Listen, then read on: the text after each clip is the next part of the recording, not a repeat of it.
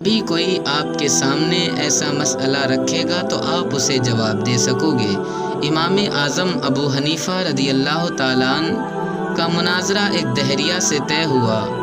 مناظرے میں یہ طے ہوا کہ تمام لوگوں کے سامنے یہ مناظرہ ہوگا۔ امام اعظم ابو حنیفہ وقت مقررہ پر حاضر نہیں ہوئے۔ مجلس لگ گئی، دوست و احباب دشمن وہاں موجود ہو گئے، لیکن امام اعظم ابو حنیفہ دیری سے آئے۔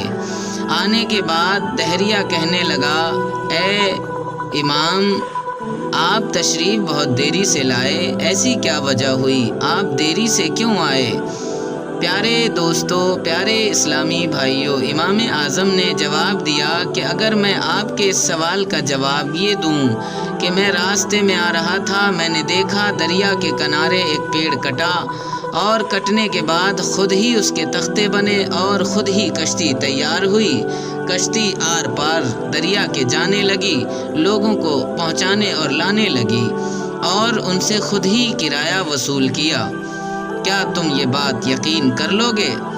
دہریہ قہقہا لگا کر ہنسنے لگا اور کہنے لگا کہ عجیب بات ہے، آپ جیسے بزرگ کے منہ اتنا بڑا جھوٹ شوبہ نہیں دیتا، بغیر کسی کے کیے یہ کام کیسے ہو سکتا ہے؟ تو حضرت امام اعظم ابو حنیفہ نے ارشاد فرمایا کہ جب یہ کام بغیر کسی کے کیے نہیں ہو سکتا تو پھر دنیا میں بہت ساری ایسی چیزیں ہیں جو بغیر کسی کے کیے نہیں ہو سکتی، جیسے کہ آسمان، زمین، چاند، سورج، ستارے، یہ سب بغیر کسی کے کیے نہیں ہو سکتے۔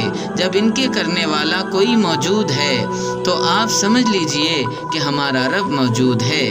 دہریہ حیران ہو گیا، پریشان ہو گیا۔ حضرت امام اعظم ابو حنیفہ نے فرمایا، اگر میری یہ بات جھوٹ ہو سکتی ہے تو یہ بھی سارے واقعات جھوٹ ہو سکتے ہیں، کیونکہ ان کا بھی یہی عالم ہے، بغیر کسی کے کیے یہ نہیں ہو سکتے۔ چاند اور سورج کو ڈبانے اور اگانے والا بھی کوئی ہو سکتا ہے، آسمان کو بنانے والا بھی کوئی ہو سکتا ہے، جس زمین پہ ہم چل رہے ہیں اس زمین کو بنانے والا بھی کوئی ہو سکتا ہے۔